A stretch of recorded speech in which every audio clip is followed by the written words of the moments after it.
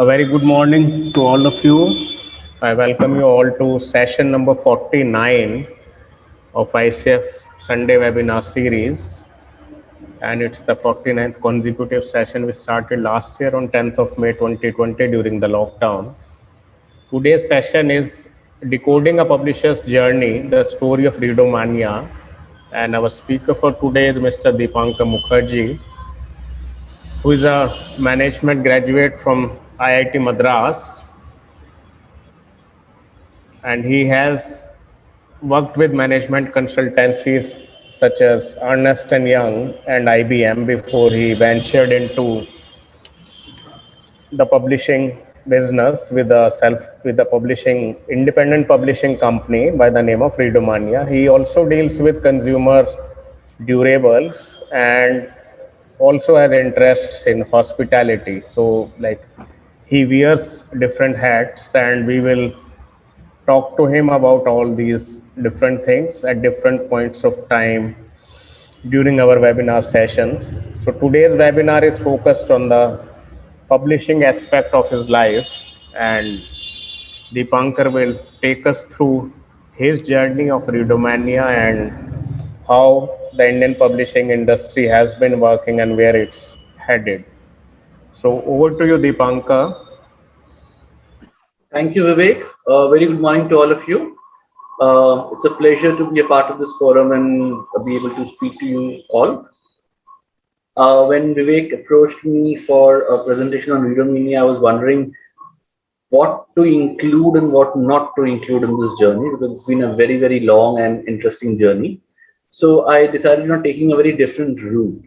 When I show you the presentation, you will realize that I've taken a very economics driven route where I'm presenting the economics of the industry and telling you how has Readomania used those data points and those strategic elements to build our own strategy and our own journey. So it is a very economics driven presentation today. So do stop me and ask me if you have any questions and whenever you have a question. So let me quickly share the screen and start the presentation. Good. So a quick background about Readomania. Readomania is an independent publishing house based in Delhi. We've been around for about 6 years now and done about 120 plus books. Present across almost all genres in trade publishing, but focused a lot on fiction, especially mid of the list. The focus keeps on changing based on the strategy, but as of now, we are quite diverse in our approach. We have published more than 200 authors. We also have a community online, and we also sell short stories on our website, which are in a paid format. It's paper read kind of a thing. We also have an education division which works with schools in imparting creative training to young children and then help them take out books. So in short, that's what we do. Now, where did this journey begin? Let me quickly go back to 2013-14 and start talking about the industry with each of its aspects. So obviously, when you enter an industry, you look at the size, the shape, the structure, and what does it mean to you. So when we were planning our entry, we didn't plan to be a publisher. We wanted to be a content company. Content as in could be video, audio, print, anything. But when we looked at the numbers, what seemed to us is the Indian publishing industry, which was at that time 35,000 crore market, was one of the biggest and easiest to enter. And hence, we decided as an organization to start venturing with the trade publishing and the print publishing. Now, as you all know, publishing in India has three distinct segments, so to say. One is the academic and reference. Second is the trade, fiction and non-fiction, which what we see as entertainment books. And third is the newspaper, print journals, so on and so forth. When you talk about books, the first two constitute the books market. And between them, the split is about 70 and 30. So obviously, one would say that why not enter the academic and reference market? Why enter the trade market, which is a smaller market? For that particular point, I'll come to the details later on, but suffices to say right now that academic is a far more controlled, regulated, and a competitive market. In the academic market, you've got to be a very strong player with schools. If you do not work with schools, you cannot enter a market. As opposed to that, for trade fiction and non-fiction, if you are able to even bring out books which can be sold on Amazon, you are there, at least the beginning. So technically, the barrier to entry for a trade fiction and non-fiction market is far, far lower, and hence makes an easier jump. So it was a very obvious choice for Readermania to enter this category first, and then look at a more profitable, much larger academic and reference book category. In fact, India is one of the largest book markets in the world, and in terms of English language, we are actually second.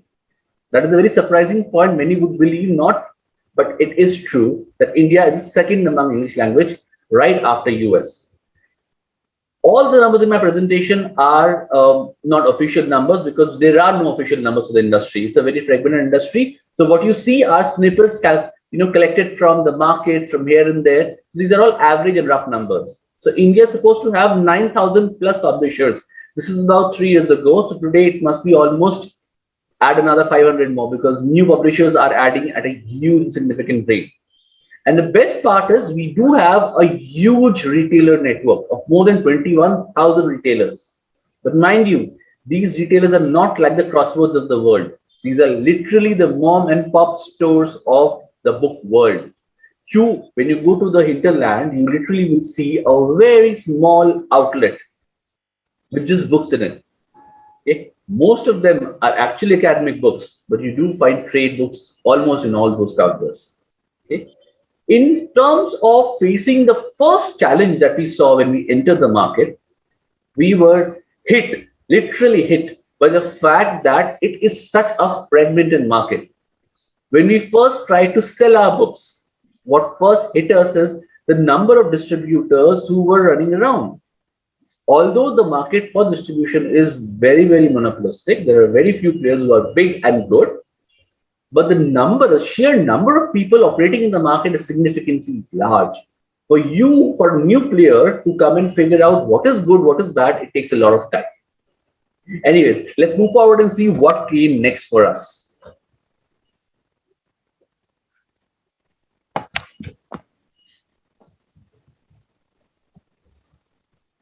So, once we were sure of what we were doing and which market we were entering, we had to deal with setting up the entire structure. Now, as we all know, for any industry, once the process of producing the saleable product is set, it's a very easy thing to do.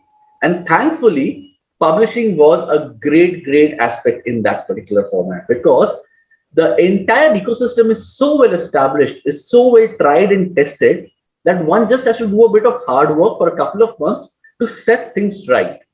We all know there are three big elements in the entire value chain. Now, when I say value chain is a format in which you create a particular product. So for publishing, book is the final outcome and book is the value that we are producing for our readers. To produce that particular book, what all are included? Okay? You have the content, you have the pre-production, which is editorial, and the designs, and you have print and production, followed by distribution and marketing. If you are able to set these three processes in a particular industry or for us in publishing, you're almost there and able to have a secure production process for producing books. So let me take each one of them. First is content creation. So what is included in content? Number one, authors. Number two, illustrators, cartoonists, photographers, artists, right? If you are looking at pure play trade books, which is fiction, which is stories, authors and to some extent illustrators will do the job. As we all know, in India, there's a huge set of content available. In fact, that was one of the main reasons why we realized there's a demand. So I'll take a minute and step out from this and explain something very interesting to you. Back then, and even now as a matter of fact, the demand for books from authors is far higher than what readers actually want. Which means is we have a problem of plenty when it comes to writing, but not a problem or not a solution of a huge demand when it comes to reading. If you today go back out there in the market and probably throw a stone, chances are that you will land up on an author. But I cannot say the same for a reader. It's a difficult time. Okay. So what did that do? India was slowly getting more and more educated. The literacy rate was going up. With that, the aspirations were going up. People wanted to have more and more name, fame, and be out there, be heard, be known. So all this together created a demand for an outlet. Now, obviously, books seemed and appeared to be the easiest outlet for people who wanted to write. And that opened the floodgates. Combine this with the initial success that we had seen with some of these authors like Chetan Bhagat, Amish, Vijay Datta, Ravinder Singh, so on and so forth. That fueled aspirations. And that led to a lot of people thinking and attempting that if they can write and if they can be stars, so can we be. And hence, a lot of people started writing without realizing that is there a market for all that writing? So what happened is we had a problem of plenty. A lot of authors came out. But if you put all the traditional publishing people put together, there is a problem of capacity. Each house, whether it's Penguin, whether it's Harper, Hachette, Rupa, anybody, they all have a limited number of books that they can invest in. Invest, yes, because it's their money which is going in the books. So if you have a limited number of books that can be invested by these publishers, what happens to the rest? Where do they go? That led to opening of a self-publishing market. So combine the two, content is not a problem anymore. You go and seek content out there, you will get lots and lots of it. Now it's up to you how you figure out what is good, what is bad, and then figure it out. Which is where our editorial, which is where our developmental editing, our acquisition editing comes into play, which I'll talk about later. So if content is sorted, what comes next?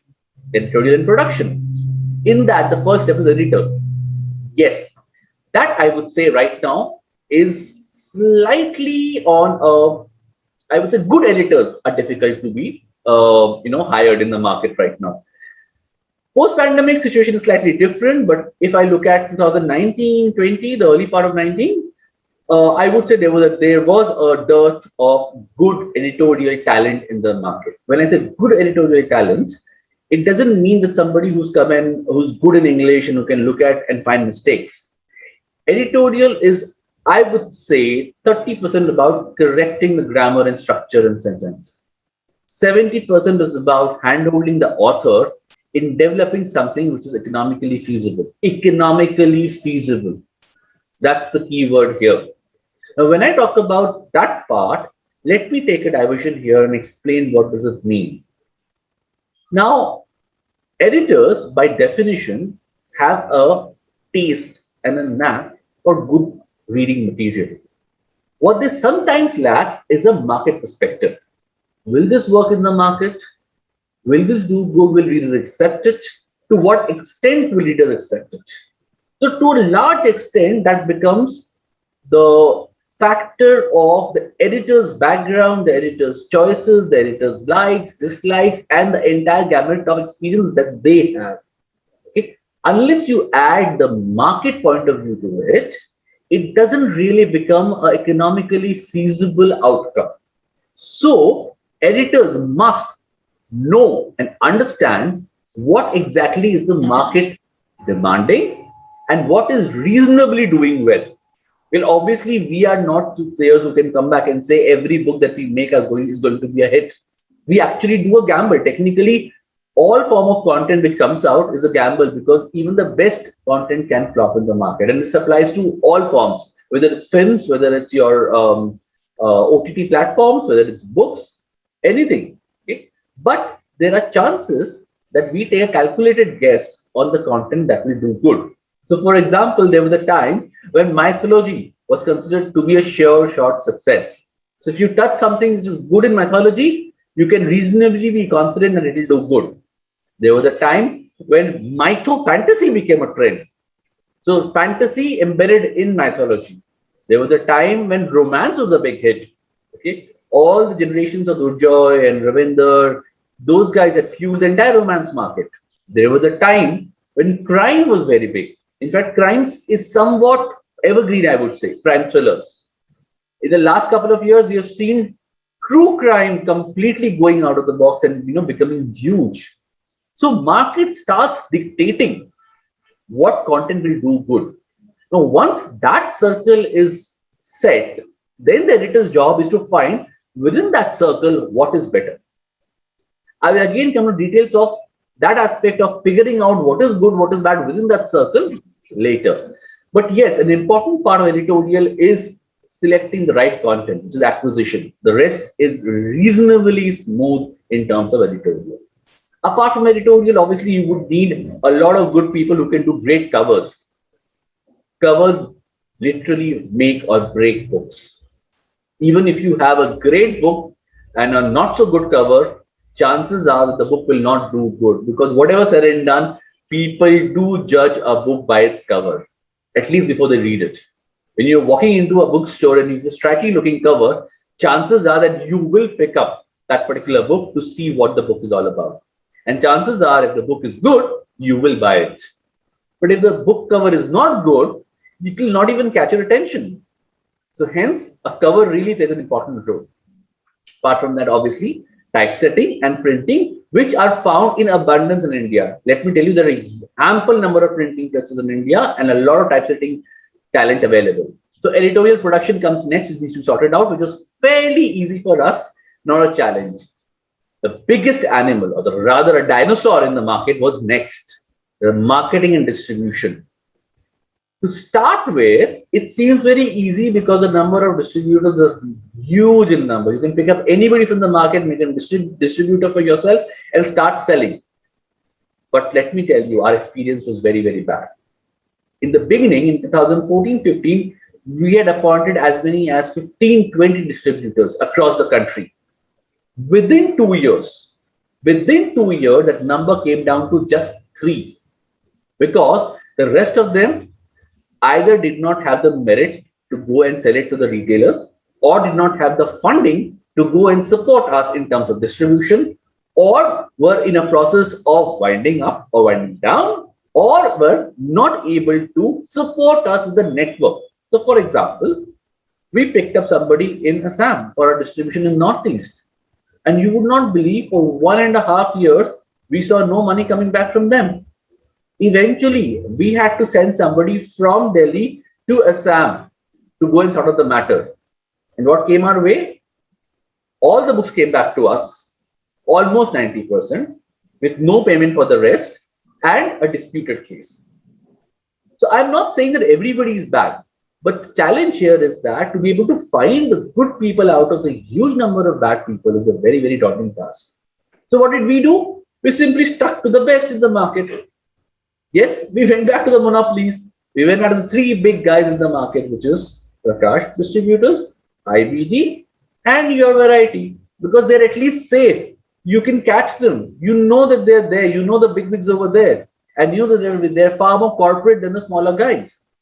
So once you are able to set the content right, and if you're able to have the distribution structure in place, chances are that you will be able to make a mark in the industry.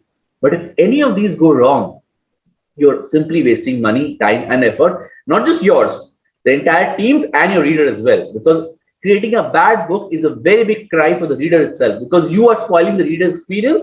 Chances are the reader will not come back to another book after that. So yes, that's a huge responsibility.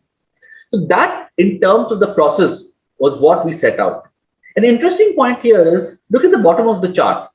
I have made a kind of a value-based distribution. So if a reader is paying 100 rupees for a particular book, who gets how much? These are rough average numbers. They may vary plus minus 10% for each of the other distributors and retailers and publishers, but they're more or less there.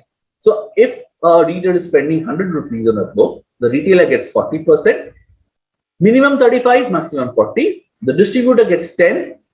10 can also sometimes go to 15. In rare cases, 20.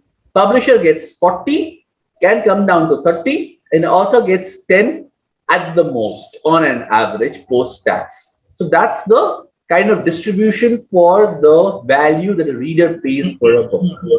Now, this should keep you informed about the fact that who in the industry is getting the maximum. The retailer and the publisher are getting the maximum value. But are they the ones making maximum money? Not really. Here's why. For a retailer, if you are not able to have a good overhead management, you will never make money. So consider this, even if you sell books and get a 40% margin, and you are present in a huge mall with a lot of overheads, a beautiful store, so on and so forth, your overheads will kill you, because 40% on book, no matter how expensive the book is, will not be able to sustain you for all the overheads. So overhead management in retail is very important. A mom and pop store at that level does make money, provided he's selling books. Now here the challenge comes is, what does the retailer stop? Why do you think debut authors are not picked up by retailers? Why do you think lesser known authors are not picked up by retailers? Because they're slow moving. A shelf space for a retailer is limited. Okay. Now he would obviously want to put that shelf space to good use by putting books that sell faster. Okay. So if he's putting 10 books of Amish, they will sell very fast and he can put another 10 there. But if you put 10 books of a debut author, those 10 books may take probably 2 or 3 or 4, 6 months to sell. Instead, Amish's book will go out in 15 days. Hence, the retailer always gravitates towards books that are best selling. For a debut author, for a lesser known publisher, for a lesser known author, the push at the retailer end is very, very high. You really have to convince them that no, please keep the book. We will compensate for the loss, or we will help you sell them out from the store. Without that assurance, it's very difficult. Okay? And hence, marketing becomes very, very important. Now, there also a challenge comes in.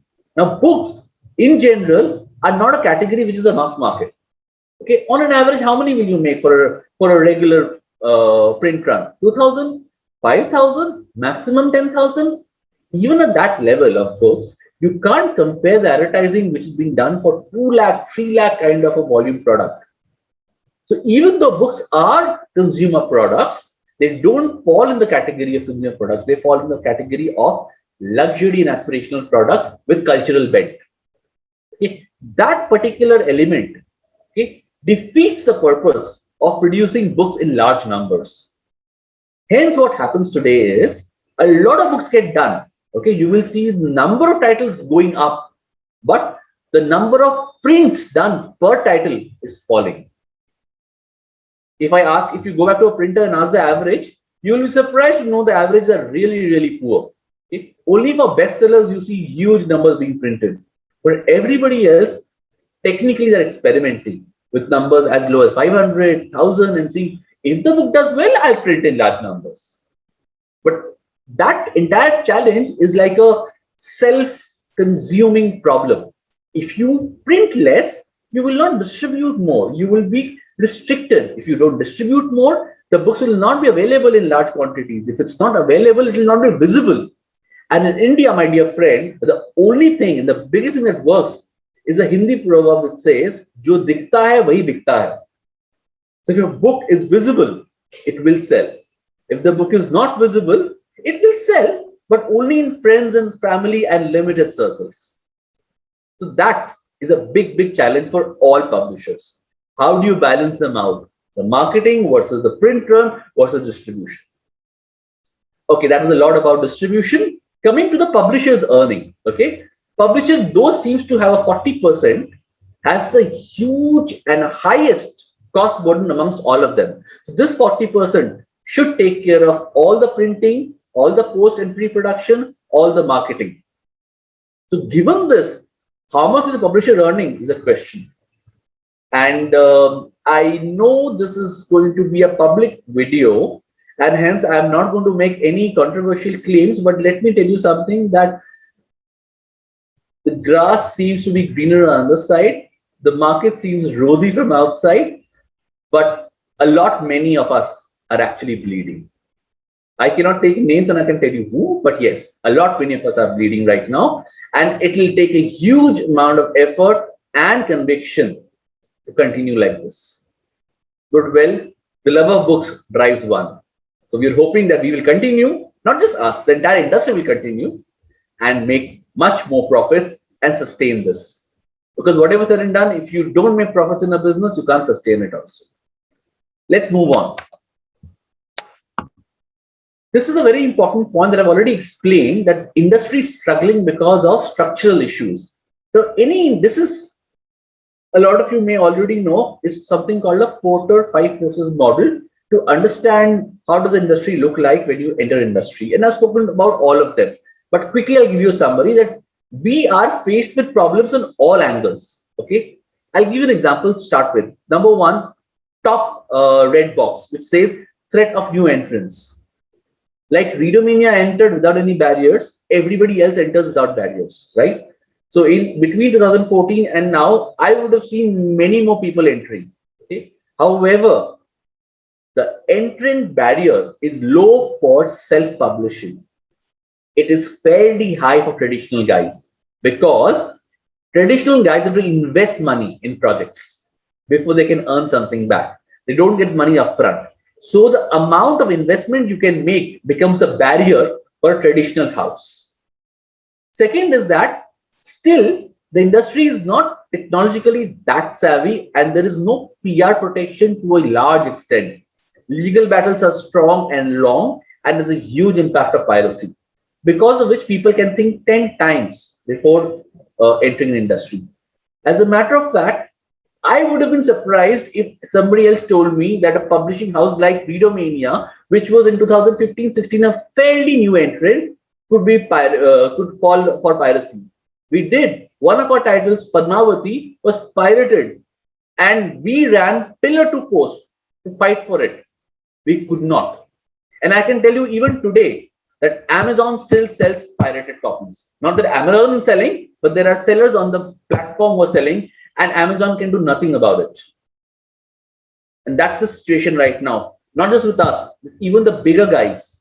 Almost every book of any repute is pirated. And you will see pirated copies selling almost everywhere.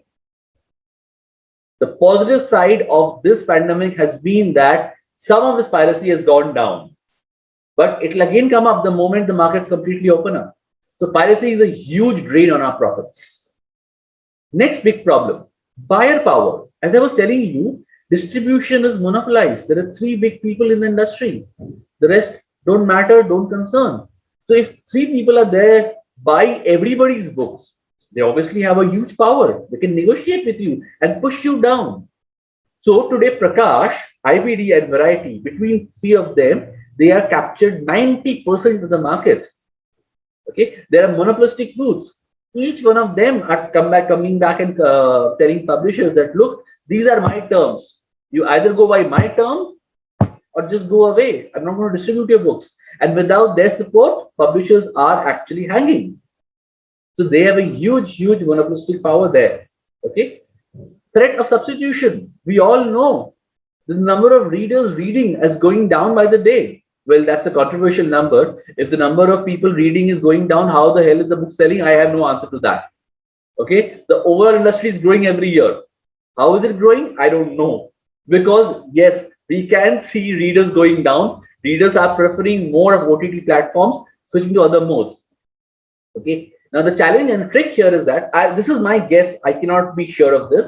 The trick here is that the industry is measured by the size of output, not the size of sales. So if you are printing 1,000 books, okay, chances are that you would call that as sales and then call it out as the industry number. But are you actually selling 1,000 to the reader is a question mark. Because as you all know, maybe not. There is a concept of returns. So today books are sold on something called a sale or return basis. In the first invoice, I can go and end up invoicing 1,000 copies to my distributor, right? And I can register 1,000 copies as sale. But when the cycle of payment comes, for all you know, out of those 1,000, 500 come back to me. So the net sale actually becomes 500. But will you declare that and say that my sale is 500, or will you still stick to the 1,000? Is a question mark. I have no answer to that, and I don't know how is that controlled because of a lack of technology. Because this is a very opaque system. What is going in, what is coming out is completely opaque. You will be surprised to know that even today, sitting in 2021, we get returns of books we published in 2017. 1 copy, 2 copy, 5 copies from so and so place. They keep coming back to us because the market is such that It's like, it's like a huge black hole. You keep pushing stuff in it. The books keep going in it. Okay. And if they're selling, great, you get the money. If they're not selling, you can only wish that someday it'll come back to you. And then you can do your adjustments in the accounting and sort it out. It's complicated in that sense. Next, competitive rivalry. As I said, that there are a huge number of publishers. But if you're able to make your name in the industry, I would say the competition then settles down a bit. So, for example, for us, in the first 2-3 years, we had a huge problem of competition. But today we are quite confident. We have made our place. We know our books have a regular market, steady market. So competition is not really a problem from selling books. Competition has now become a problem for acquiring content. While I did say that there were a huge number of authors and people can pick up anybody they choose, not so in the case of people who are already established. So if I today have to go and probably aim for a big name, I have to give them an equal amount of value as somebody else is giving. And that's where the competition comes in. Am I able to compete in the market to acquire good content and hence read a good book? That competition comes in. As to selling books, I think within a couple of years, if you're able to establish your content quality, you are beyond that. So people start liking you, loving you for the content you produce, and they start following you. At least that's what happened with us. Obviously, self-publishing is a big drain, but again, self-publishing is a different market altogether, and it works in a completely different zone. So, not really a competition anymore. The only good thing for us right now is that the supplier power. Like our buyers out-twist us, we can go back and out-twist our suppliers, which is basically the printers and the people who produce the book for us. Sad but true that in this particular format, we do have some power at least. Coming back to the next part of it. Now, I'm going to skip this slide quickly because we already discussed most of it. But just to give you an aspect that how small the average spend of an individual is on books. On an average, trade books are a part of entertainment and miscellaneous goods spend, which in itself is 5 to 6% of Indian household budget. So if my budget for my house is 100 per month, out of that only 5 rupees goes to entertainment and spends, which are miscellaneous, of which book is one of the things that I spend on. I spend on cinema, I spend on eating out, I spend on all forms of entertainment. I also spend on books. So that's what is the real number everybody is fighting for. Mind you, this is for only trade books. This is not for academic. Academic is a different category altogether. Okay. Now here, an interesting aspect is that books are considered a part of something called cultural goods, okay, which has its own element of, I would say, nuances. Particularly A, that they're replaceable, and B, they can easily be considered as non-essential. No matter how much we keep on saying that, yes, we can't live without books, we love reading, but when it comes to prioritization, we'll obviously prioritize some more essential spends as compared to a book. That's something which is reality. We should accept in the industry and then act accordingly. Apart from that, I think we've already spoken a lot of it. I'll come to the monopoly part of it in the next slide, which is far more easily and clearly explained. Okay. Before I jump into this aspect, which is very interesting to know what to focus on in terms of content, let me give you a view of technology. Now, when I talk of technology, the Indian publishing industry hasn't seen much of technological change apart from the fact that Juggernaut launched its online reading platform. Apart from the fact that we now have interactive books slowly coming into the market, we haven't seen drastic new formats. We haven't seen drastic new ways of reading. Remember, a lot of times we end up fighting the wrong battle. Most of us believe and feel that we should be pushing people to read books. I believe we should be pushing people to read. Physical books is just one aspect of it.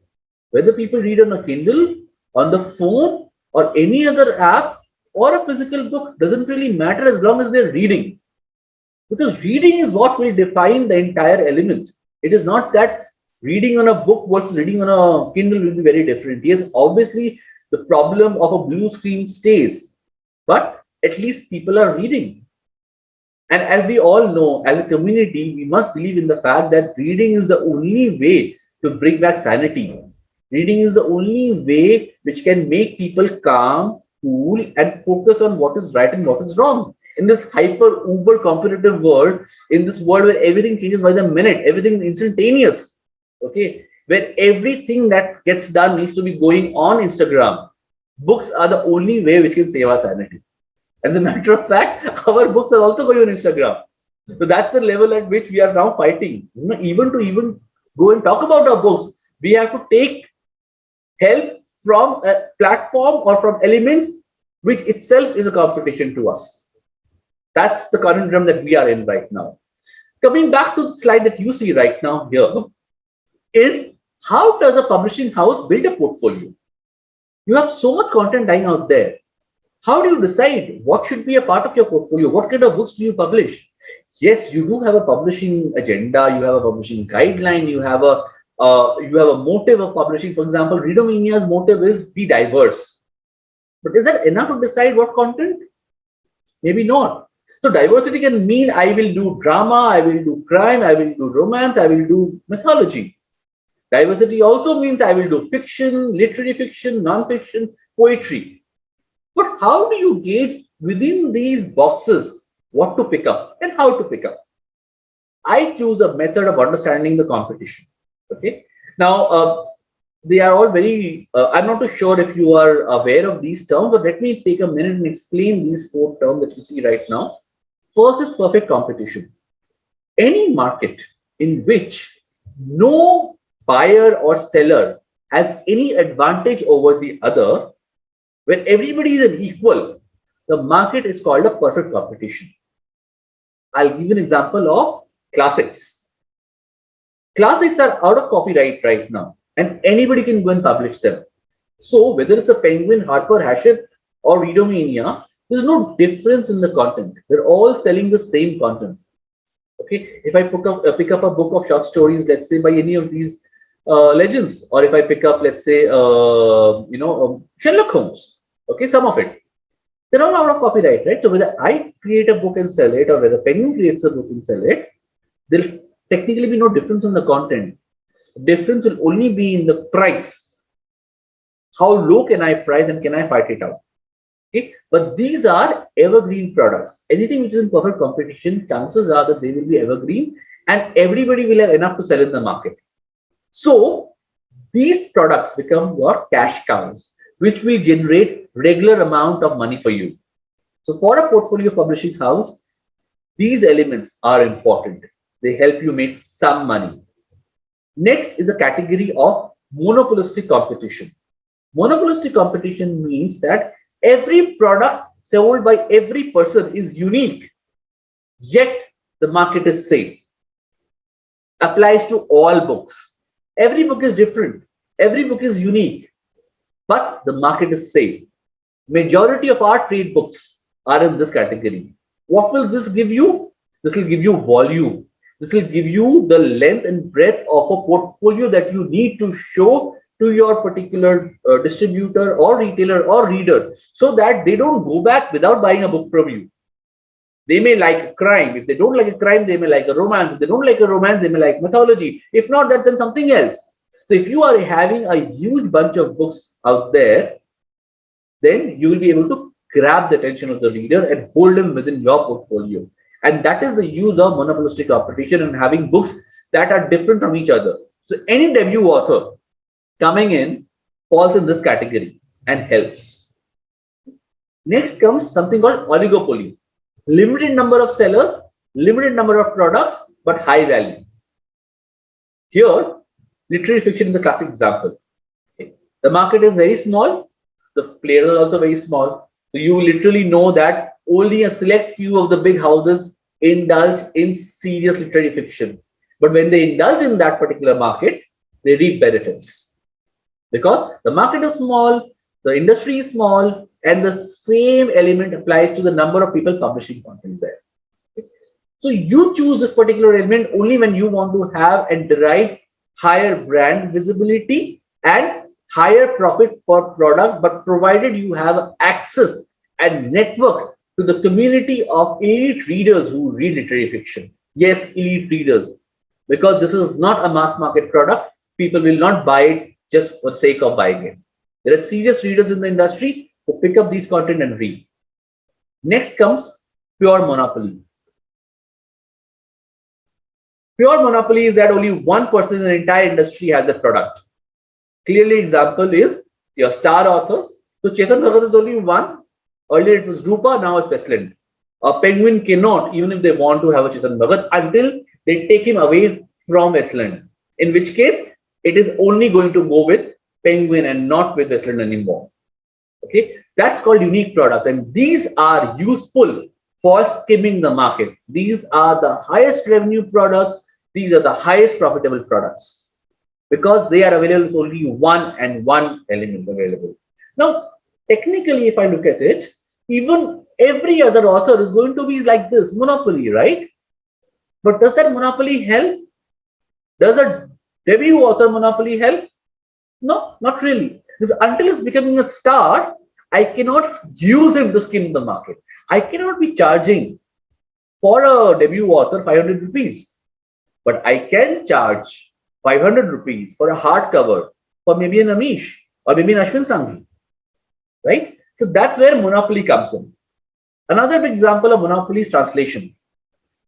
Translations for regional language, which right now is a huge demand and is growing in a big way, is very monopolistic. So there is a huge fight or competition to acquire translation rights of all regional classics and all those books which are made big in regional languages.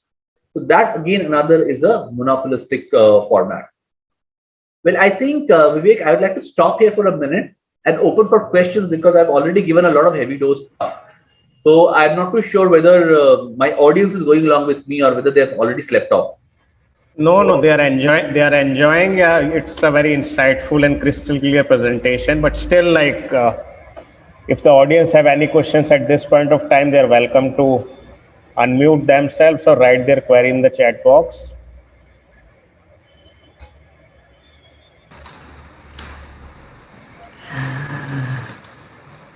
Yes, Kaneez. Okay. Good morning, everyone. And Dipankarji, I'm very thrilled to hear you speak. You speak very well. My experience when I was working in-house was to simplify books, self-help books especially, for translation into regional languages. And I enjoyed that very much. I was lucky that I was working with something that was quoting the Bible and I know the Bible. So I made one objection. And I want to know whether you agree.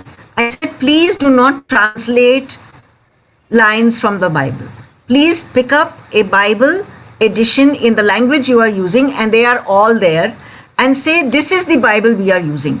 And that was not accepted by the publisher, and that's all right with me because I was a paid employee.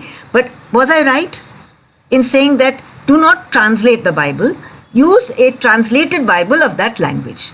Because this was Joseph Murphy, and it is a very large number of books that were translated into many Indian languages, and I objected because the Bible is available in the regional languages as well. And since it is quoted that it is Matthew, this number, then you quote Matthew, this number. Am I right or am I wrong? Okay, that's a very interesting question that you've asked, and that applies to a lot of other books also, wherein the original content retaining is very important. I would say every house has a reason and a rule which defines their approach towards content. Okay, now what you point out is a challenge. I must say it's a challenge, wherein we also face a problem of retaining the authenticity of content available in a particular language. More often than not, for us, what we do is kind of give footnotes and manage that. Okay? But yes, you're completely right in saying that there should be some distinction maintained in managing the authenticity of content in a particular language, be it Bible or any other book. So, for example, a huge problem that I face personally, it's like a personal dilemma, is that a lot of our regional books have words which do not have an equivalent in English. The beauty of our language, Indian language, is that our languages are very diverse. They have expressions, they have ways of expressing emotions which are not available in the equivalent is not available in English. So what do? Do you retain the phrase as it is? Do you keep Takia Kalam as it is, or do you try to transliterate it? And we go by it's like a case on case basis. But yes, we hit by it all the time.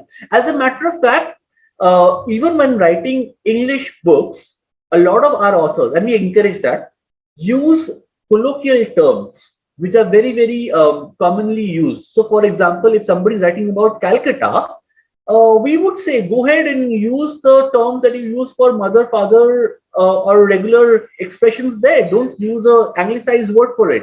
Okay, and we have decided that all those words will be italicized and kept in its original format. I hope I gave great. Okay. So I think Vivek, I'll quickly go back to the presentation and finish it before I can take the rest of the questions. Yeah, Dipankar, there's one more query if you can take it. How much of what you have already shared applies to languages publishing? This question is by Deepthi, and she means that I mean on the business side in terms of numbers, Hindi or Tamil book sales are higher than the sales of English books. So how does that affect business decisions? Okay, so this presentation and these numbers analysis is completely for the English market. It's not for regional languages. Okay, in India, regional language is booming, is becoming big. It's still not big as English. Okay, in India, we do have Malayalam, which is almost crossing over. We do have Bangla, which is giving a tough competition. We do have Hindi, which is giving a tough competition. We do have Tamil, which is giving tough competition. We do have Gujarati, which is giving tough competition to English. Now the challenge here, and I could say easily that our regional language books are far higher in terms of volume than English. Apart from the fact that English books are the educational numbers are counted in English. Okay, because of which the number really goes to the roof. If you take the number out, chances are that our regional languages will be actually bigger. Like Malayalam, I'm reasonably confident is bigger. Like Bengali, I'm reasonably confident is bigger. Like Tamil. These three definitely are very strong languages. Hindi is bigger, but Hindi, again, the numbers are not available so easily. So we can only take an intelligent guess. We cannot be sure of it. Because see, in terms of Hindi, a lot of please don't quote me on this, but there is a lot of unregistered content coming out. How do I put it? I'm not sure whether it's the right way to put it or not. And I cannot take a legally wrong term, but I would say content without ISBN is coming out. Okay. Now, the moment they're without ISBN, you technically push that out of your accounts. So, that becomes a huge challenge in numbers there. Okay. Okay, great. Let's come back to the presentation now again. Okay, great. Now let's come to, once you decided what to sell, how do you price books? Well, this is very interesting. And when I first saw this analysis and when I first was dealing with this pricing, I was like, oh my God, this is crazy. This is absolutely out of your imagination. So we have something called price elasticity of demand, which means that if you keep on increasing the price of a particular product, how does the demand fall? Okay. Now, if you apply that rule to books, you will see that the elasticity, which is the degree with which the demand falls by increasing the price, varies by genres. Okay. So on an average, if you look at educational textbooks are absolutely inelastic. No matter how expensive you make them, they will still sell because people will buy books to go and study. In trade books, it is not so.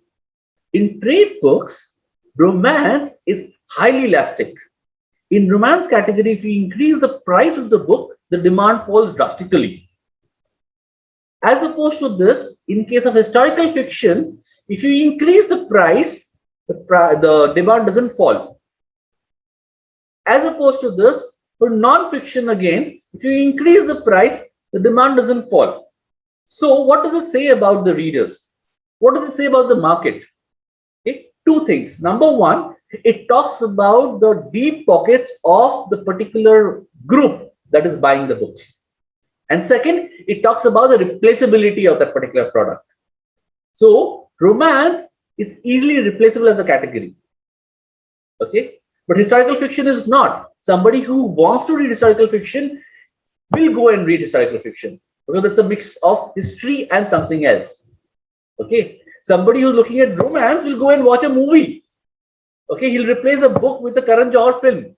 But for historical fiction, it's hard to do. Okay? Same is the case for non-fiction.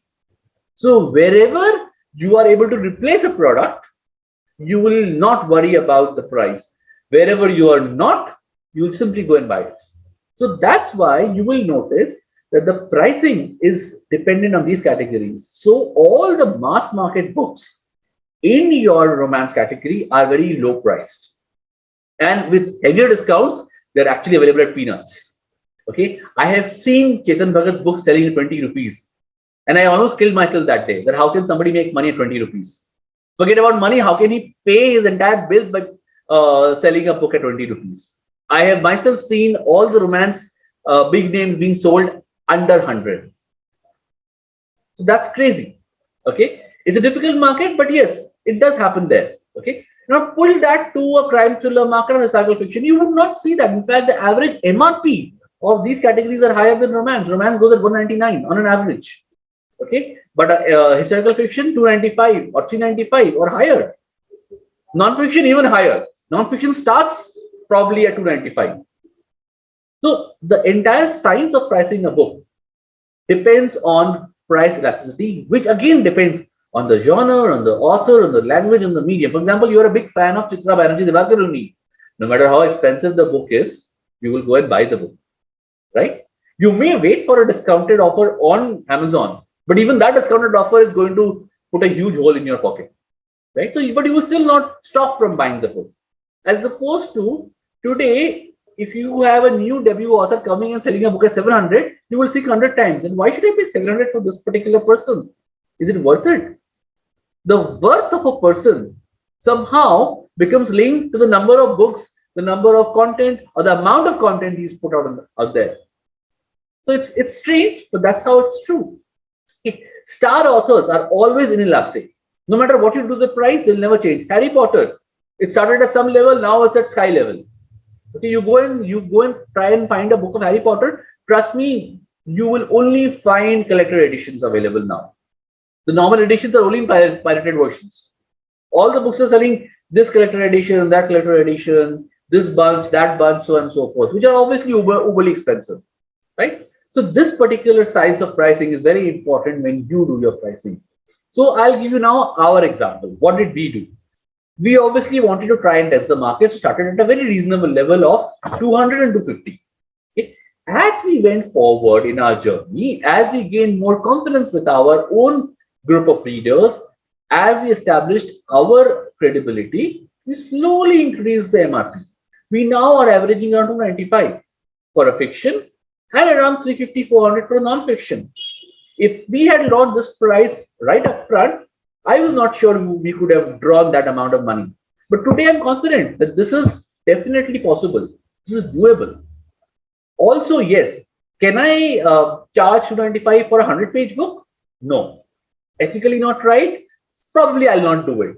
So the number of pages that you sell in a book are also to some extent dependent on price. So if you have a thinner book, you would be more reasonable enough to price it at a lower level. Okay. There's actually a thumb rule in pricing, and I'll come to that in the next slide.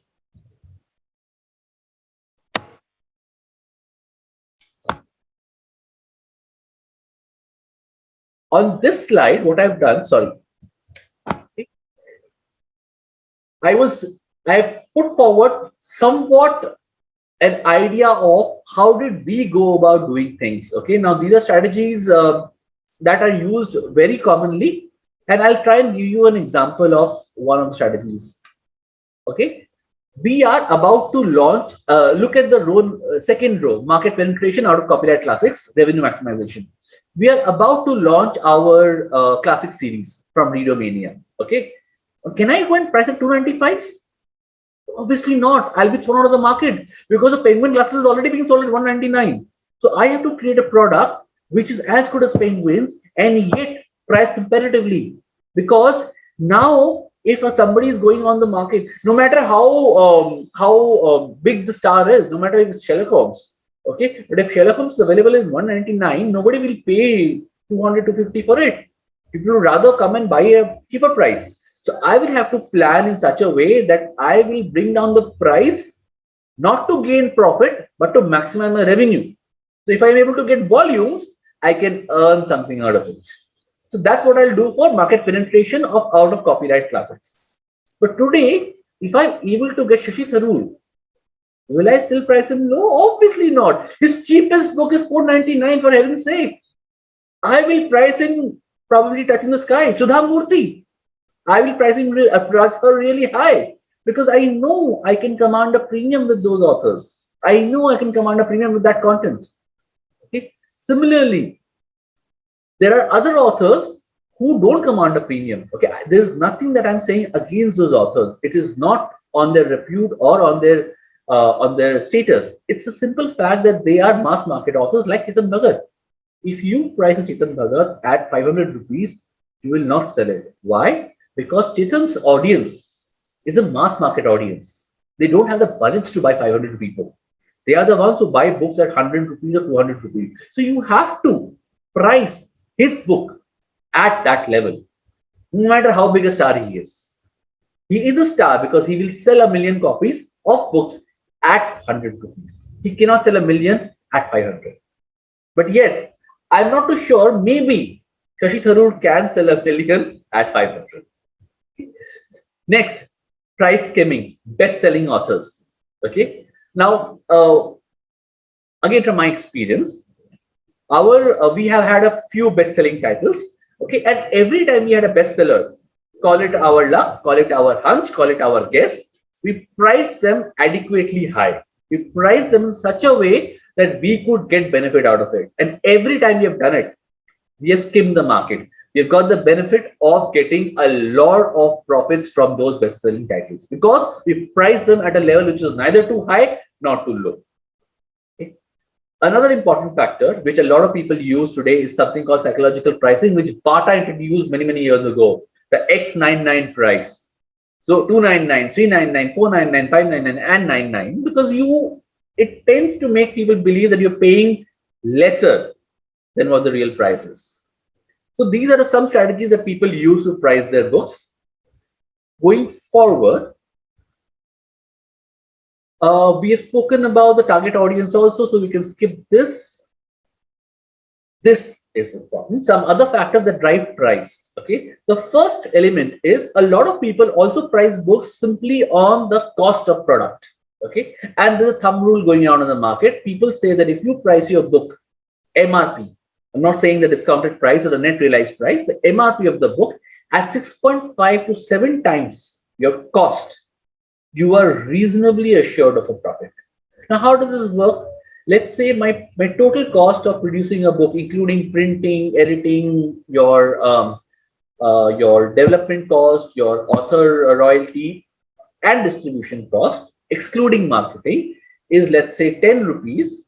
Then if you price your book, your MRP at 70, you will be reasonably placed to make a profit. How? Because on an average, these books are sold in the market at 50 to 55% discount, which means the publisher is selling the book to a distributor at 50 to 55% discount. So 100 rupee book, MRP book, will go to a distributor at 45 rupees or 50 rupees. Okay. So what you are getting is that amount. And from that, if you pull out your 10 rupees, you are making some profit. But if the 6.5 to 7 falls at 5 to 6, then you are on the borderline. And if it falls below that, you're definitely making a loss. So that's some thumb rule one uses to make a pricing assessment also.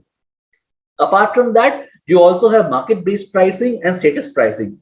Market-based pricing essentially means that you are pricing books at a cohort price level available in the market already. So if it's a general regular romance, you would go back and check, okay, what have been the pricing of the last 20 books in romance in the market, and go and price it around that figure. Okay.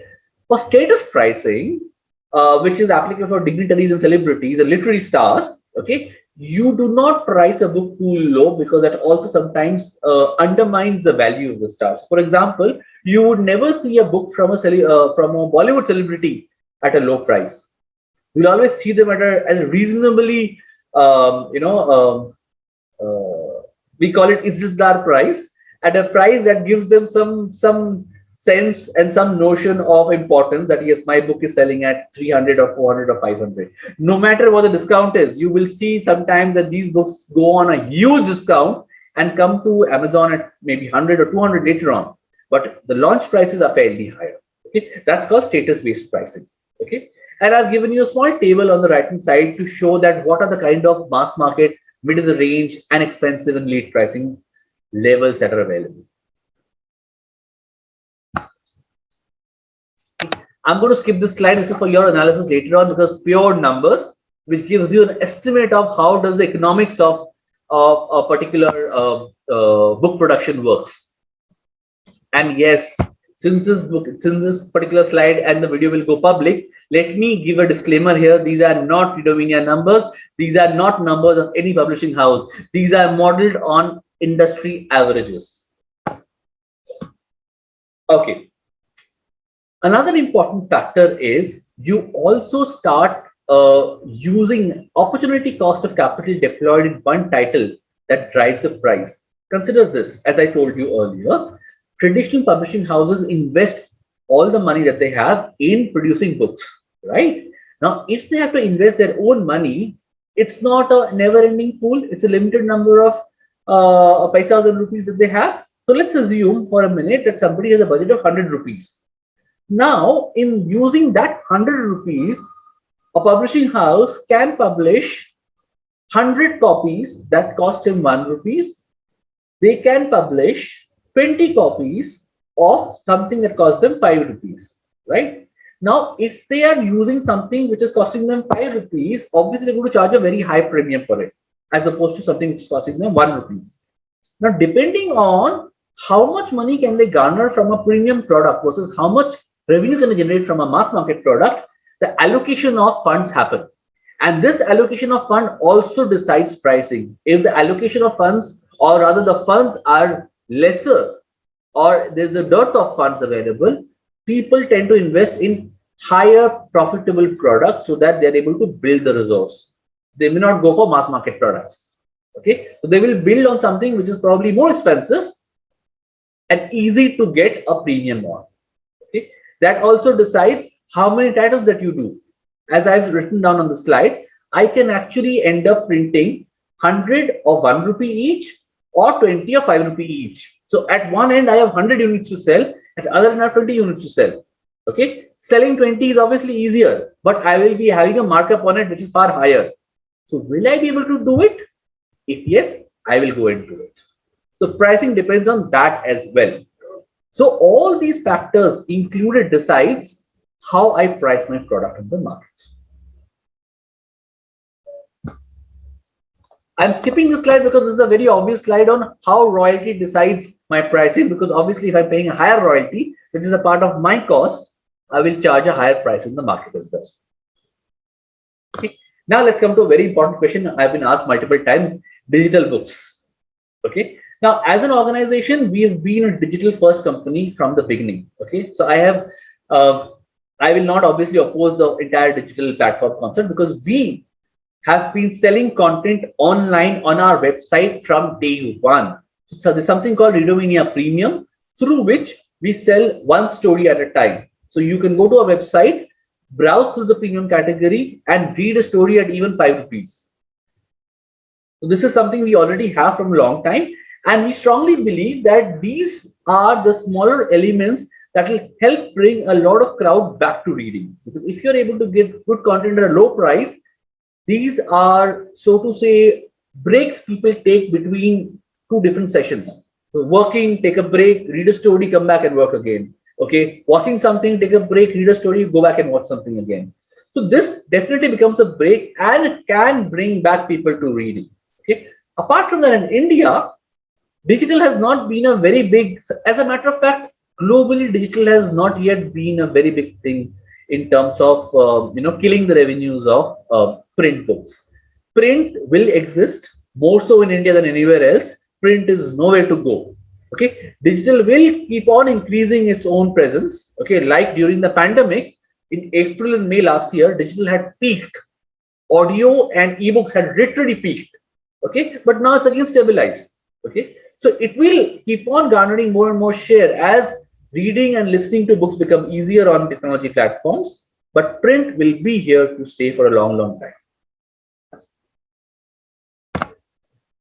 Okay, another difficult question I've always been asked: what has been the impact of self-publishing and whether it's been good or bad? Okay, first of all, let me clarify: self-publishing is not bad.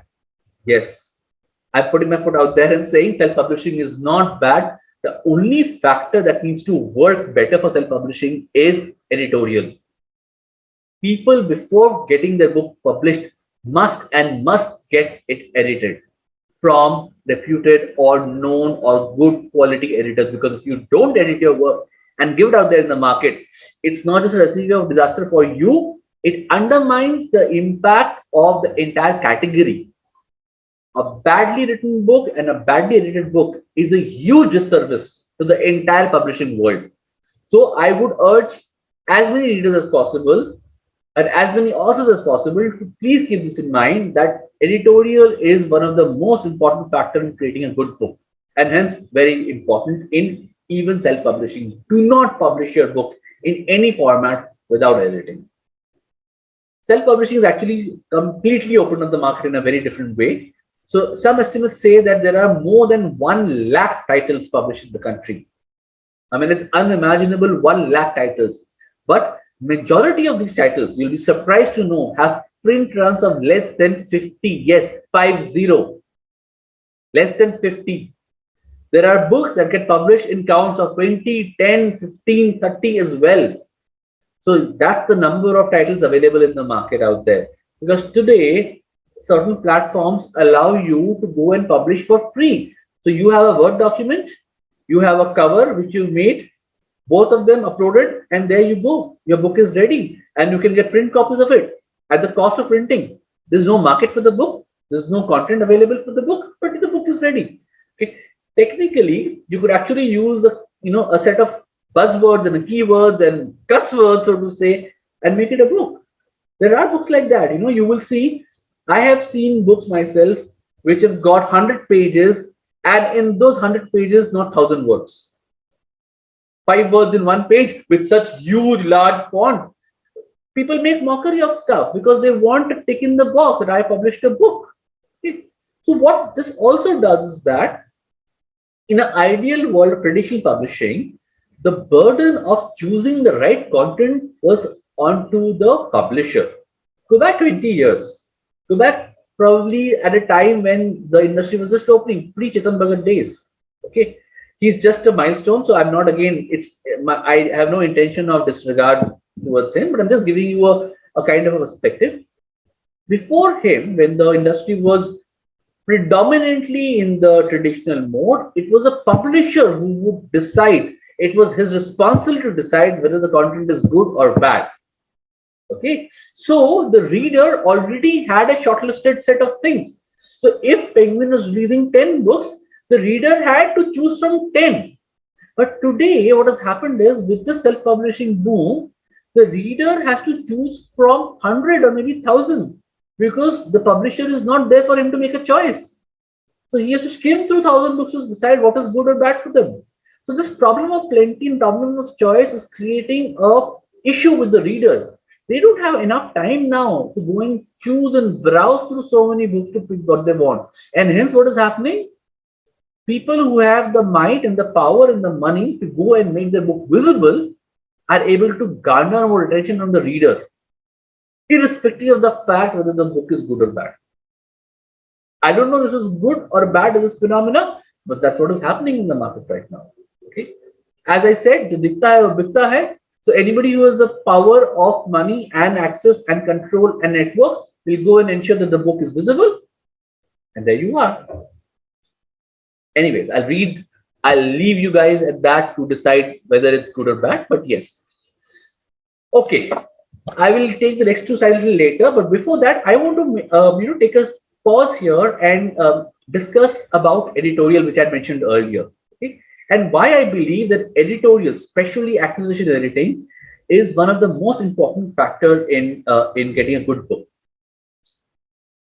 Now, as I said, in the current market scenario, everybody is writing, okay? And I must say, everybody is writing above average content, okay? So the fact that people are writing good content has now become a given, okay? You have to write good content to be able to even exist in the market right now. The challenge is, how do you structure that content in a way which is presentable and economically feasible? I'll give an example, okay?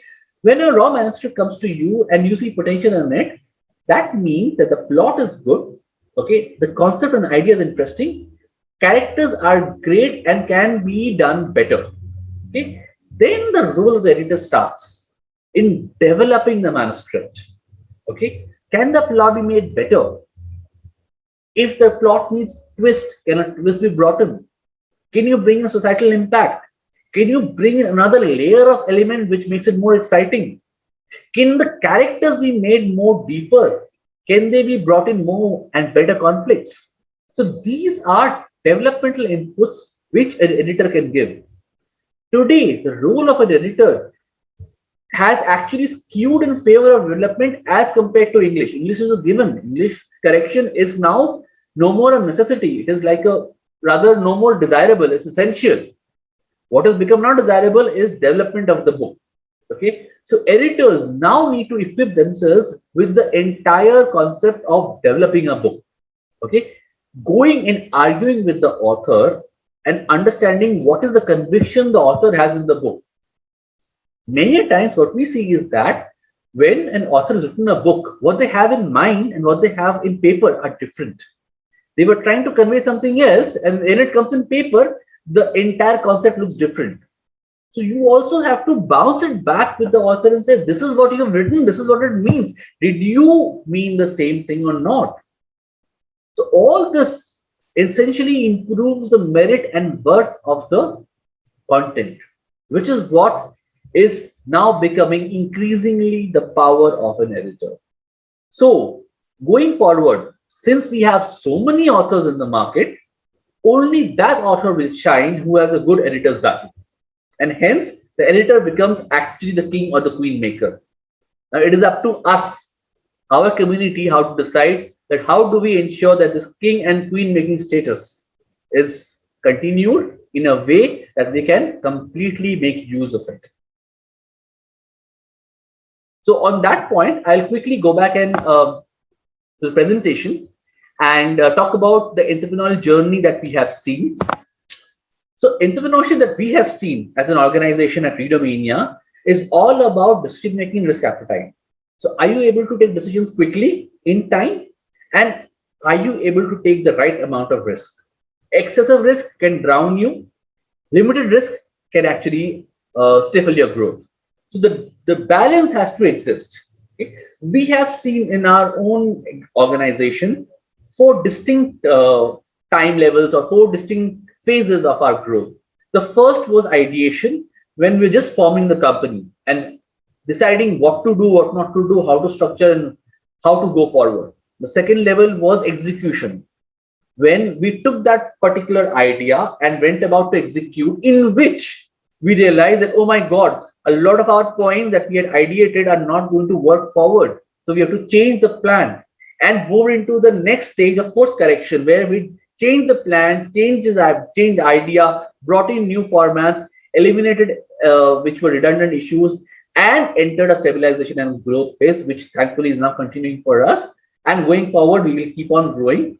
So these are the 4 phases that we have seen in our own journey. And to pull out the learnings from this, okay, first, Understand the worth of an idea. Every new idea need not be a startup. Second, you don't always need novelty. You may simply be solving a market imperfection. In our case, we were trying to solve the problem of losing out good authors to self-publishing. We knew the self-publishing market would destroy a lot of authors.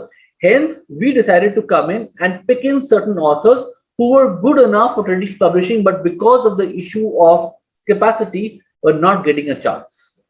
Third point, patience and perseverance is must to let the idea germinate and grow. Do not be hyper-excessive.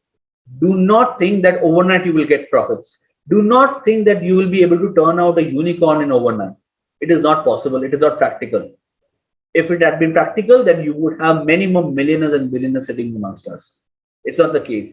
Every idea is something that needs time to grow. It's like a relationship. It's like a plant. It's like somebody who needs to nurture something and then make them grow. Okay? Execution is very important.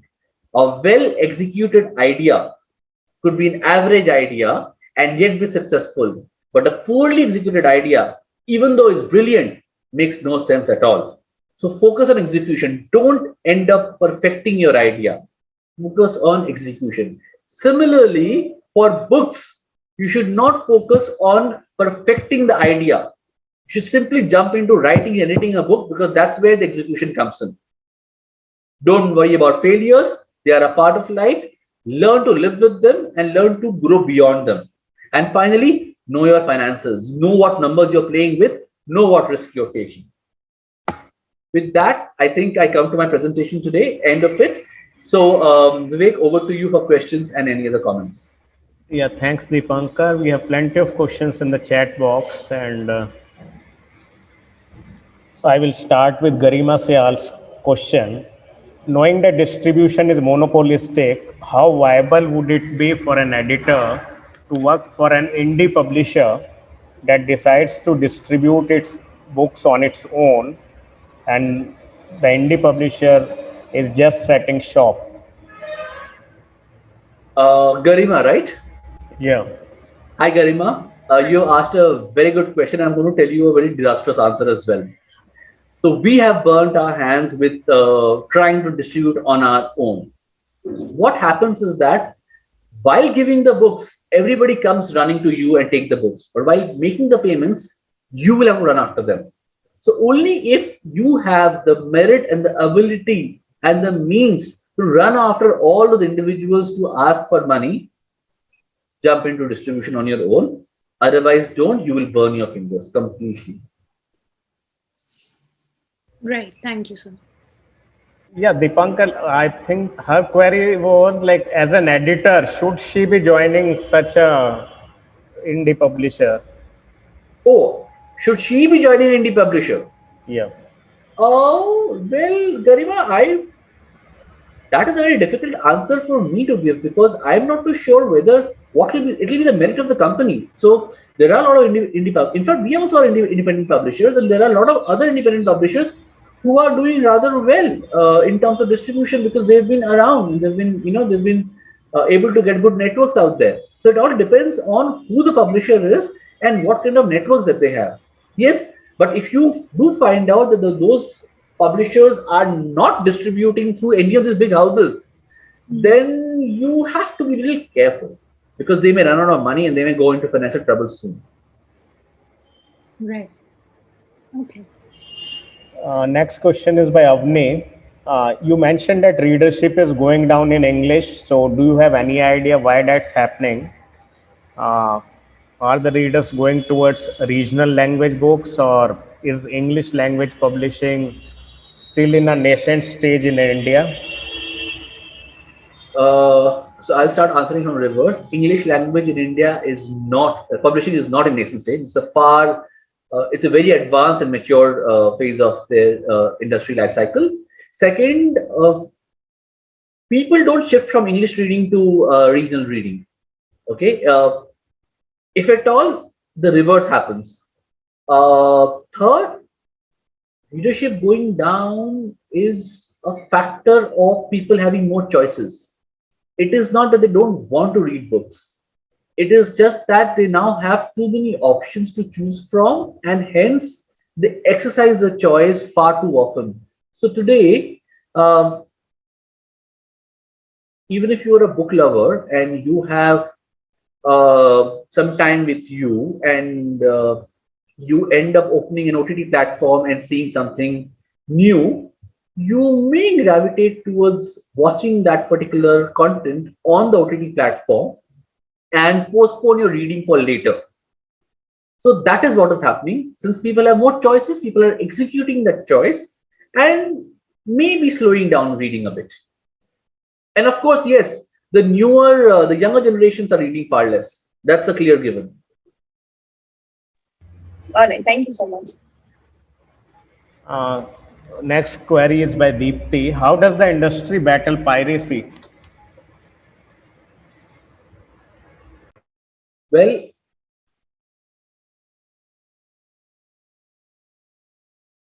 the industry doesn't tackle piracy. It attempts to tackle piracy.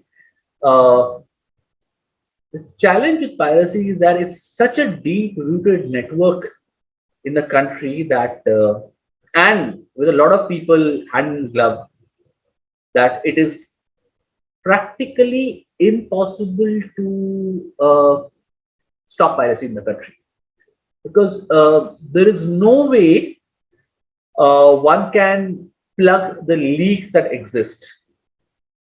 So it is a Herculean task, and it is very rare that people have actually managed to. In fact, I don't know of a single successful case of piracy control, so to say.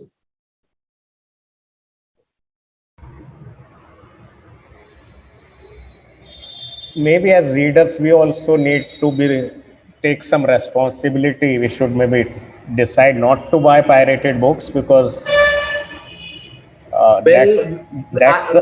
I have a different opinion there, Vivek, on that. If you are a student and you have only 50 rupees to pay for a book, and you go to a market and see that your favorite book is available at 50 on the street side vendor, you would tend to pick it up without even thinking twice, because it's a pirated book.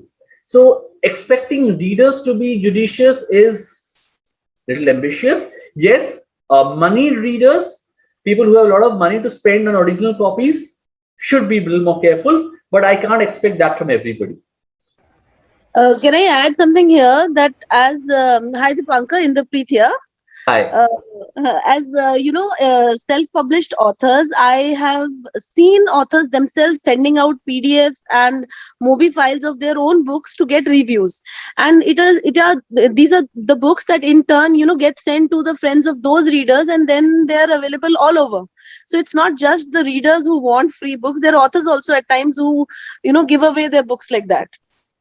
Completely agree with that. This entire well, I may get killed for saying this, but that the industry right now has way too many commercial book reviewers. I don't know what to make of this. I don't know what to call them otherwise. Reviewers who are very big on the social platforms but have very little influence on book sales. As a matter of fact, many of them would need an editor's service to clean up their review itself, call themselves huge reviewers. So it's a tough time looking at a review of a book from an erudite author by a reviewer who has 100 mistakes in the review even after copying the blurb from a particular place. So that's a big challenge that we are facing. And yes, the entire concept of reviewing through a PDF which is open and mailable is disastrous. Thanks, Dipankar. Next query is by Cora. In republishing out of copyright classics of well-known authors, would you as a publisher retain some of the outdated phrases? And like, her question is basically related to style. For example, yeah, I got your point. No, we will not. Okay. We will not retain, because there are two things, there are two reasons for it. As an organization, our strategy for classics is not to produce a high value book.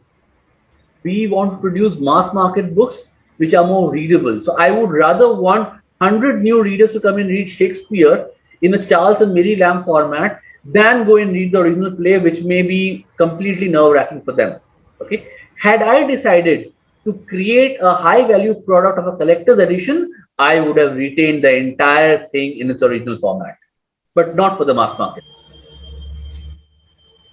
Cora, does that answer your query?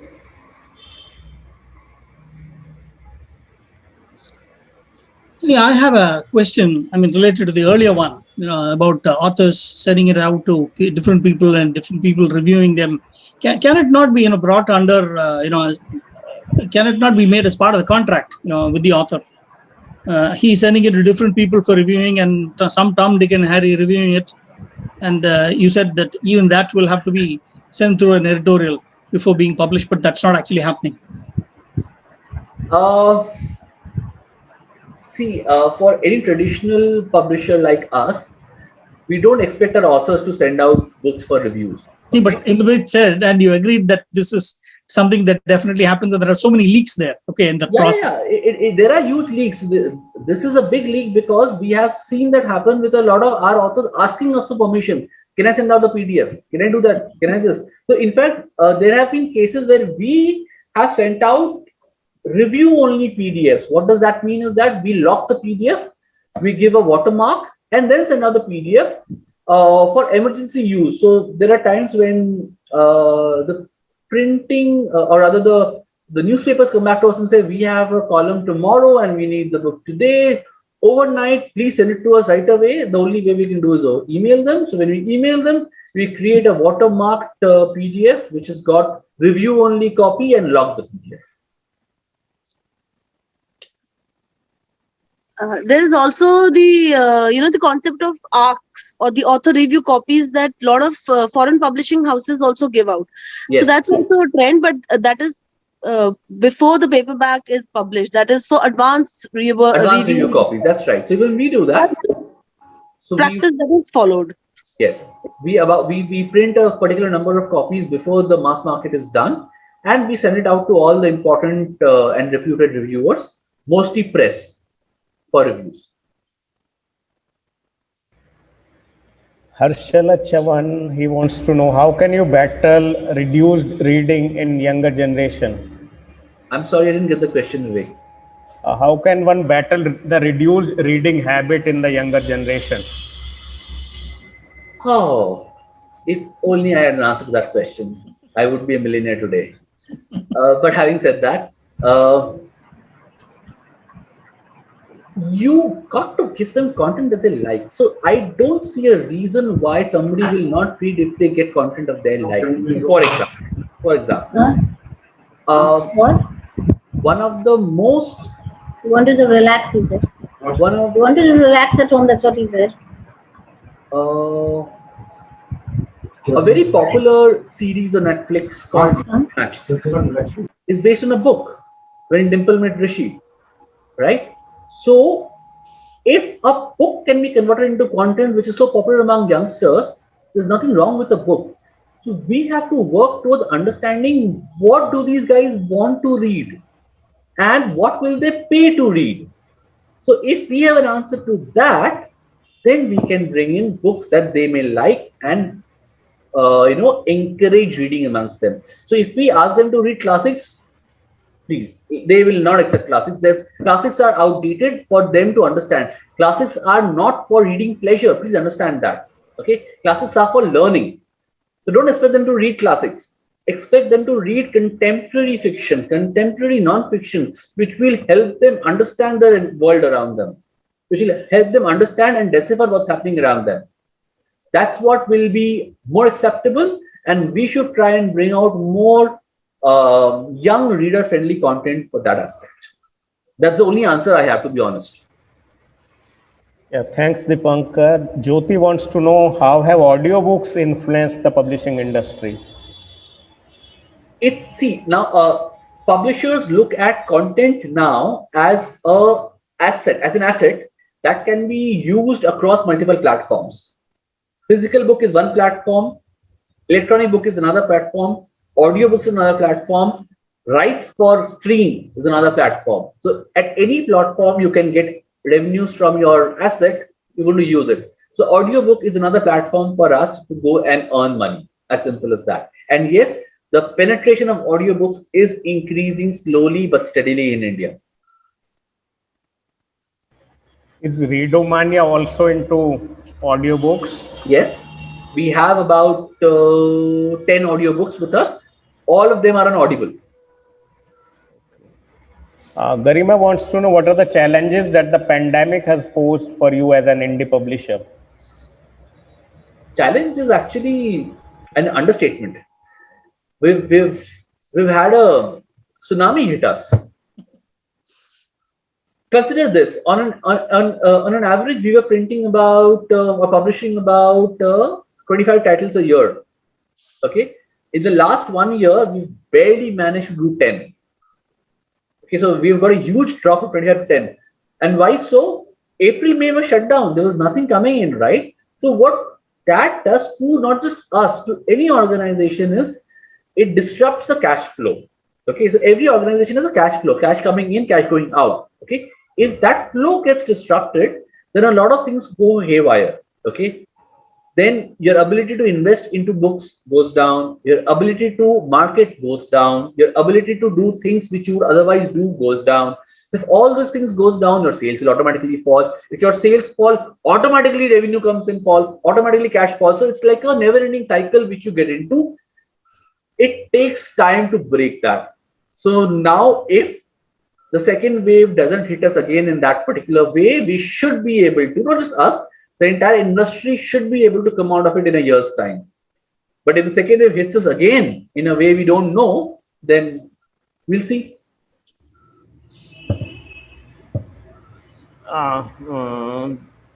Once Deepthi wants to know, are there regulatory mechanisms in law that can be applied if the publishing ecosystem is to come together? I think her question is related to the piracy question that she had asked earlier. I will be brutally honest. Laws are there. What is not there is enforcement and applying laws in the right way. So the regulatory framework is existing. The implementation of those frameworks is missing. I will take Kora's earlier question again about that copyright classics of well-known authors. So her question was related to some style decisions like would you replace Mr. and Mrs. with a period, without a period, or use double quotation marks for dialogue as well as emphasis? Or if there are spelling errors, would you correct them or allow them to stay because it's a classic? That's what I said, right? My intention is not to reproduce the classic in exactly the same way. My intention is to reproduce the classic in a way which people will read now, today's audience. So if I have to do it, I would obviously want to simplify the language. So wherever possible, wherever applicable, I will simplify the language, use notations that are acceptable today as compared to yesterday. Okay, but if I have to have classics as collector's edition, I will retain the original in its entirety and embellish it with far more elements which are akin to a collector's edition. Jyoti wants to know what proportion of books are converted into audiobooks for the blind in India. Oh, that's a very different market. It's so braille books have been picking up in a big way, but audiobooks for the blind as a separate market has not yet been nurtured or cultured. However, there has been a talk of bringing out a separate platform for lesser value or free audio content for a certain section of disabled people. No concrete action has happened on it. It's just talk as of now. Okay.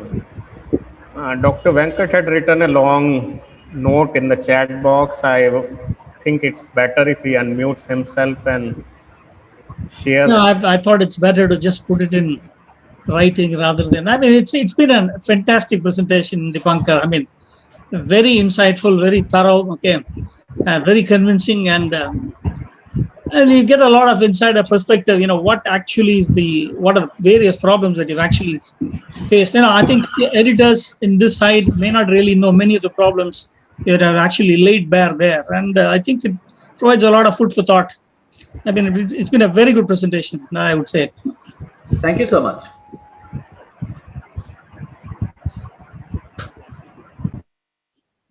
So we don't have any more queries, but it was really a great presentation by Dipankar. And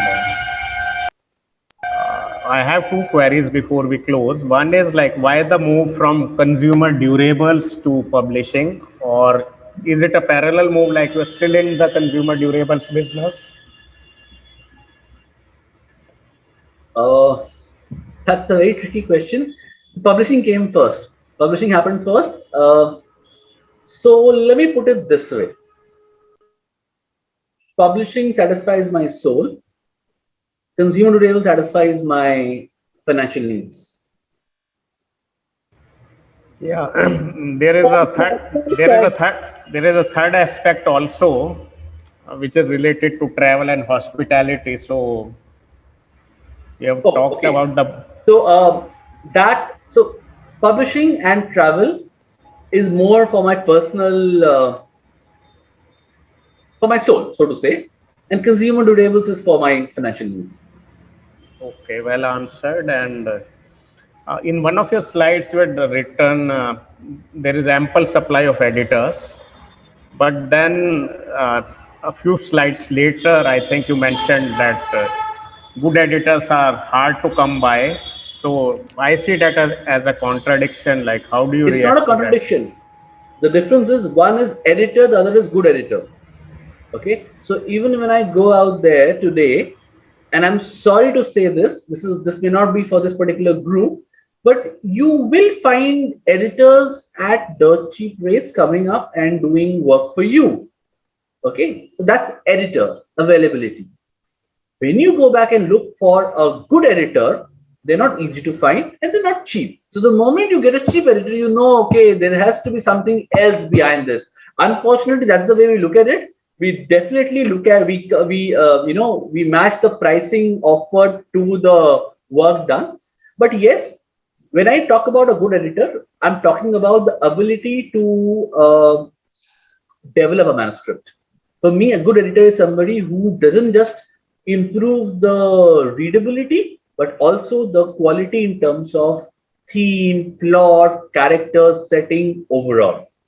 So that level and that set of editors is definitely low. So the whole thing boils down to, a deeper thinking at a much deeper level, looking at it from various perspectives, completely related to thinking.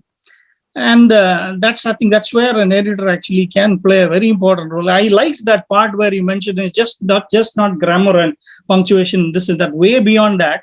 But all that is part of the starting point, I would say, from there, because it's all at different levels of thinking and visualization.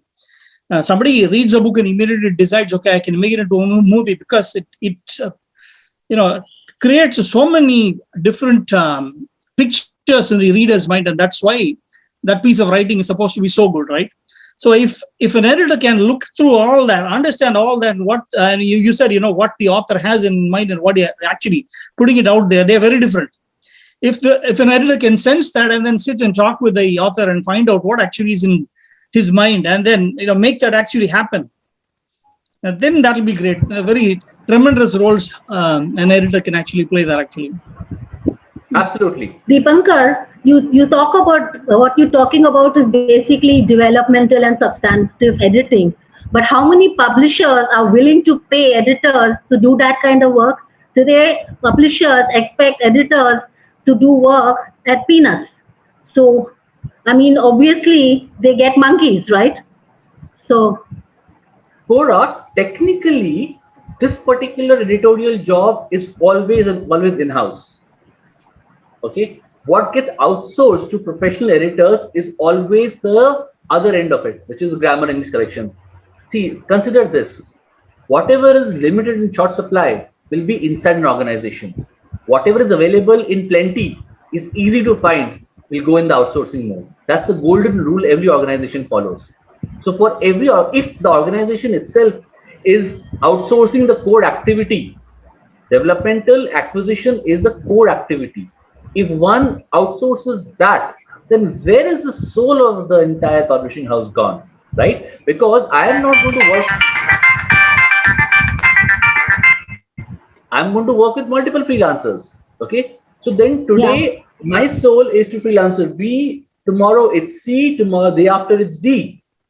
Okay. So that is something which is very dicey. So if any organization is actually outsourcing that part of the job, then it's quite tricky. Where I'm coming from is for the entire self-publishing industry. Remember, for all the editors, and I can confidently say this, the market for editorial jobs is far bigger in the self-publishing industry than in the traditional publishing industry.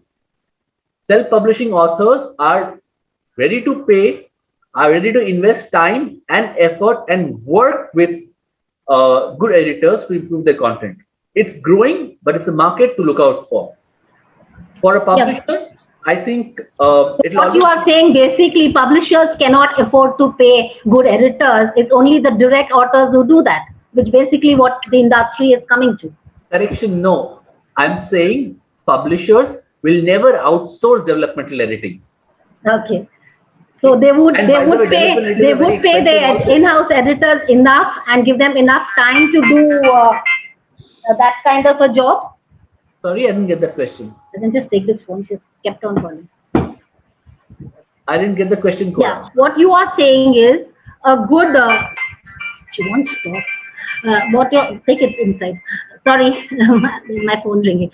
What you are saying then is that a good publishing house would give good editors enough time and space to be able to do good editing in-house, substantive or developmental. Would they pay the in-house editors to do that job? Absolutely. Okay. Because when they are outsourcing, they obviously do not pay that kind of a rate. As I said, no publishing house pays that kind of a rate. As I said, outsourcing happens for activity which is available in dime a dozen, technically. Okay. So if I have competing rates going for the same activity, then it doesn't. Again, the other point that all editors should keep in mind is that what is the value chain in editorial itself? Okay. English correction is the lowest end of it. Actually, proofreading is the lowest. Beyond that is your copy edits. Beyond that is developmental, right? So as you grow up the value chain, your rates also keep going up. Okay. So which is why the biggest pie stays in-house, which is developmental, and the other smaller pies go out. Yeah, thanks, Dipankar.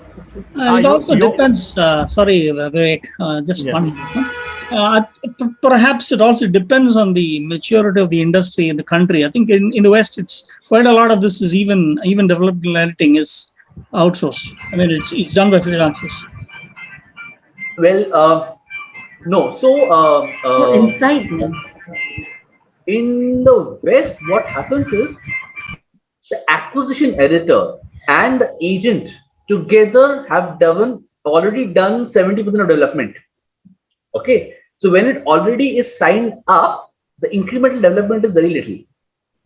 Okay. They've already, in India, the agenting space is very poor. Okay. We do not have good agents who can develop a manuscript with an author and then pitch it to the house. And hence the need of development is higher in India as compared to West. Okay. Okay. Very valid. What are the avenues for authors to market their books? I think that will require a different session on its own. We don't have enough time to take that question. We'll probably some other time take another session on marketing books. Yes, sure, Dipankar. And you mentioned a community of on your website.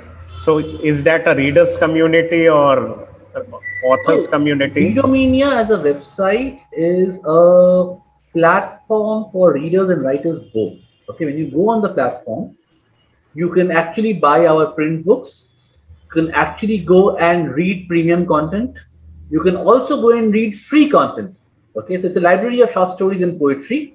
It is from that library of short stories and poetry, some of it is culled out and made as paid content. Okay, thanks Dipankar for answering all the queries and for a great insightful session. Pleasure. And next week we will have our Golden Jubilee session by Daniel Human, which will be on using Perfected for bringing consistency in our documents. So, but that session will be at 4:30 p.m. So please note the change in time. And for the travel series session, that will be at 4 p.m. next Saturday. It will be on how three friends turned their work from home challenge into an adventure. So a lot of people here like were participating, attending this. If they feel work from home has been a challenge, so that session will be something to learn from those people. Like their company offered them a work from home opportunity. They got together on their bicycles and they used to cycle from early morning till afternoon. After that, they will get into a highway dhaba or a lodge or a cyber cafe and do their official work till late at night. So that's how they made the best of both worlds. So Beck and George will be presenting that session next Saturday. It's part of a series of sessions that we have been having on cycling.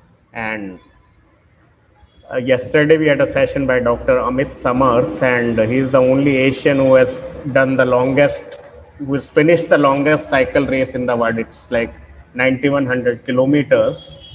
And during the lockdown, he did a 48-hour challenge inside his home where he covered 1,300 kilometers and also raised some money for the Nagpur Municipal Corporation. So even though, like, because of the circumstances that are prevailing because of COVID, we might be locked in our home, there are a lot of fruitful activities that we can still indulge in.